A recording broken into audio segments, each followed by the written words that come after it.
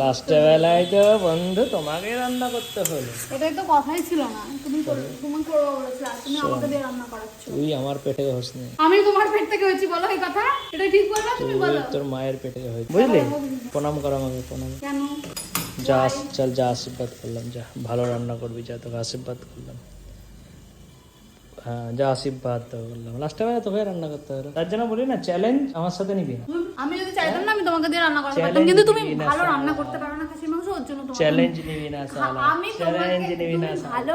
লাস্টে বেলা রান্না করছে রামু কাকা, লাস্টে বেলা রান্না কে করছে? রামু কাকা, রামু কাকা, রামু কাকা।